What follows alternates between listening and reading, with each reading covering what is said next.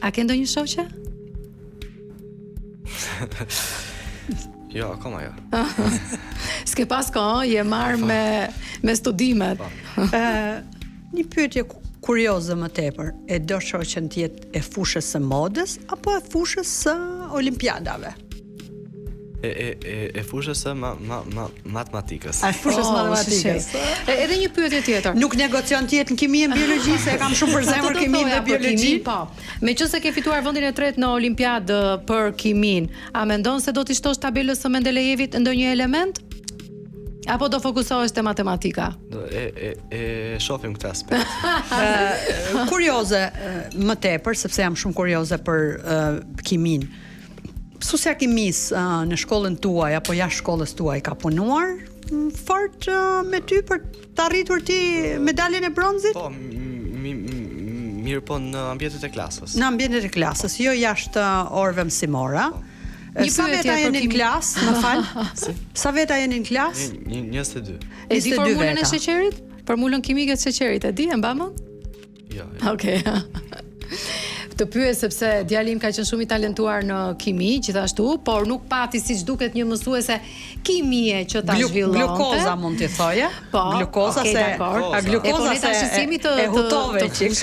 Dhe e dinte përmend formulën kimike. Lorsi, na thoi formulën e glukozës? C6H12O6. Bravo. Glukoza do ta pyeset. Faleminderit mësuesja. Faleminderit Zysha kimis. Zysha, si ndahet dita jote mes mësimdhënies në kimi, mes mamas, matematik, mes mamas së përkushtuar dhe bashkëshortes dinitoze dhe shtylla e shtëpisë, sepse Alberti më tha kam shtyllën e shtëpisë dhe nuk t'jap dot leje kaq lehtë, thas kolegja ime. Tani unë kushtoj gjithmonë kujdes familjes dhe ato zën vendin e vet në jetën time të përditshme. Ndërsa me Lorisin punoj pak më vonë. Po, a mund t'i bëj një grua e fort gjithë këtë mori gjërash, të jetë aftë në karrierë, të mbaj familjen, të mbaj shtëpinë. Sepse kështu na kërkon shoqëria apo jo? Sepse e tillë jam vetë dhe prandaj po ta bëj këtë pyetje e tillë. Domethënë vajza ime e madhe shpeshherë më thot, po jo, nuk i ke bërë gjitha mirë. Ke bërë disa, po disa nuk i ke bërë mirë. Dhe unë vazhdoj kam gul, them, po i kam bërë të gjitha mirë. Tani unë dua një labirint të më zbërthesh një labirint të truri i grave që janë luftarake, misionare dhe bëjnë nga 10 gjëra brenda ditës. Pra, i bën mësuesja jone matematikës të gjitha këto shumë mirë. Po, vjen s'kam një shtëpi të madhe që janë 44 orë. Duhet pastruar e gjithë. Kuptoj. Pra, kur duam në gratë jemi... Na kërkon jeta, Joyce, kim ç'a t'i bëjmë? Duhet t'i bëjmë të tëra.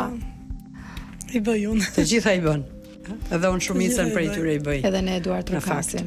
Kështu që një falënderim shumë të madh për ty dhe për gjithë zyshat shqiptare që janë shumë përkushtuara dhe që janë misionare të dijes.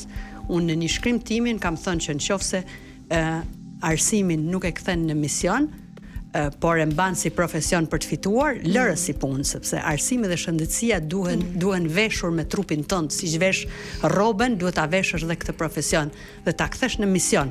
Mësuesit dhe mjekët janë misionarë, siç janë personazhet e jashtëzakonshëm të fesë muslimane dhe katolike që i dedikohen tërë jetën fesë, kështu duhet jenë edhe mësuesit e mjekët që i dedikohen dijes dhe shëndetit njerëzit.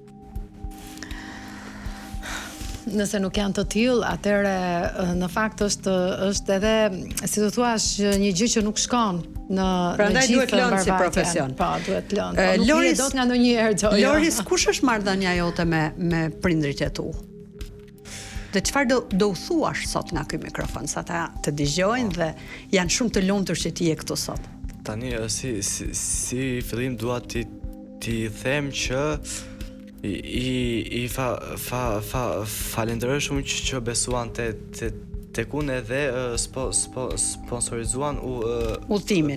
Pjesëmarrjen time në Asaj bukur kjo. Në Neoscience. E bukur, sponsorizuan udhëtimin tim. E bukur. Tjetër, çfarë do u thuash sot nga Top Albania Radio? Edhe do I them që unë nuk do e mbaroj udhimin tim në fushën e matematikës dhe të kimisa. Do vazhdosh si mision, a? Po motor ose vllake? Jo. Do me thonë dhe prindrit janë tërësisht të përqendruar tek ty dhe të arritet e tua. Mësuese flutura, po ti nga ana jote çfarë do t'i thoje apo do t'i sugjeroje të tërë nxënësve të tjerë të cilët duan të ecin në rrugën e Lorisit? Të punoj si Lorisi dhe të arrin rezultatet. Edhe ti patjetër që do t'i mbështesësh ata. Patjetër. Detyra dhe misioni i mësuesit kjo është. Pas fitores Lorisi din prindrit tani thonë, po fëmijë im bëhet. Po bëhet I them unë.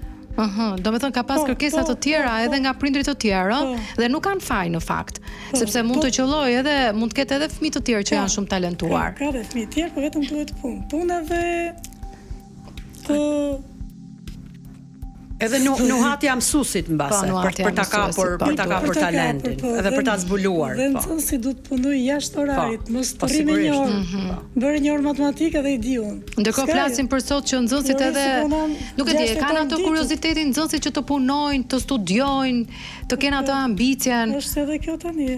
Se doli kjo inteligjencë artificiale dhe ato po ne bëjnë aty. Juve e ndjeni, I zgjidhin, e përdorin? E përdorin. Juve e kuptoni si mësuesa? Mendon që është avantazh apo disavantazh I kohës? Disavantazh. Po ka dhe avantazhet e veta, sidoqoftë, po për nxënësit kur I marrin gati është s'ka kuptim fare.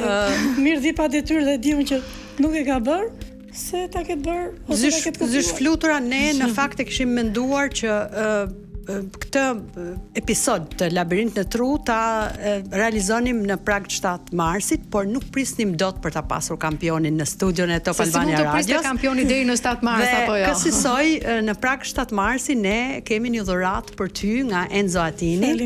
Dedikim për Zysh Fluturën, zyshën kampione të Shqipërisë, që na solli një kampion bote. Kështu që faleminderit, mirënjohje dhe ushtofshin mësueset si ti. Endri, do dorëzosh dhuratën kolegës tënde. Shpresojmë shumë që t'ju pëlqej dhurata e Enzo Atinit. Mund t'i hapësh, t'i provosh, ta shohim edhe ne se sa bukur të rinj. Të di ma kemi bërë zgjedhjen e duhur. Faleminderit. Sepse është një zgjedhje personalizuar, ta dish, nuk është e rastësishme. Apo jo Gjoj nga Enzo Atini, çdo gjë që ka ardhur shumë e bukur. Shumë e personalizuar dhe e bukur. Mund t'i vendosur Zysh Flutura të shikojmë sa bukur dukesh me syze në studio? Shumë faleminderit. Sepse mësuesit e matematikës nga natyra janë pak më të ngurtë, por janë më njerëzor dhe më të bukur në brendësi shpirtit. Vërtet janë më njerëzor, e kanë vënë re. Ja, fantastike. Sa bukur, sa bukur. Wow, të shkojnë. Por kemi edhe një dhuratë, një byrzylyk të personalizuar për kampionin.